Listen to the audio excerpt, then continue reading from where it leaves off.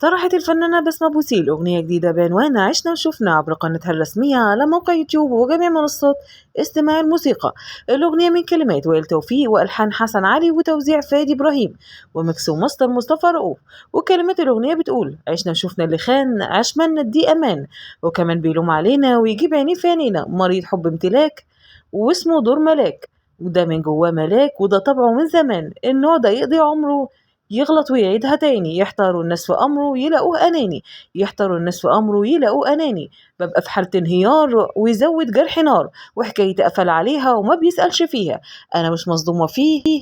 ولا حتى بلوم عليه، أنا عارفة ده كله إيه بيكرهني فيه، إنه ده يقضي عمره يغلط ويعيدها تاني، يحتاروا الناس في أمره ويلاقوه أناني، يحتاروا الناس في أمره ويلاقوه أناني. وأثارت كلمات الأغنية الجدل على مواقع التواصل الاجتماعي، إذ الجمهور إن بسمة بوسيل تتحدث عن حياتها الشخصية بهذه الكلمات بعد طلاقها من الفنان تامر حسني. وعادت بسمة بوسيل لتثير الجدل مرة تانية، حيث تصدرت صورة النجم المصري عمرو دياب برفقة الفنانة المغربية بسمة بوسيل طريقة الفنان تامر حسني على البحر مواقع التواصل الاجتماعي بعد انتشارها على نطاق واسع بين الجمهور. وظهرت بسمة بلوك صيفي بينما ظهر عمرو دياب بشورت وتي شيرت اسود، فيما تفاعل الجمهور مع الصور. كذلك نشرت الفنانة المغربية صور أخرى لها تستعرض أناقتها ونشرتها عبر ستوري انستجرام. وجاءت صورة بسمة بوسيل والهضبة بعد ساعات قليلة من طرح الفنانة المغربية أغنيتها الجديدة عشنا وشفنا عبر قناتها الخاصة على موقع يوتيوب.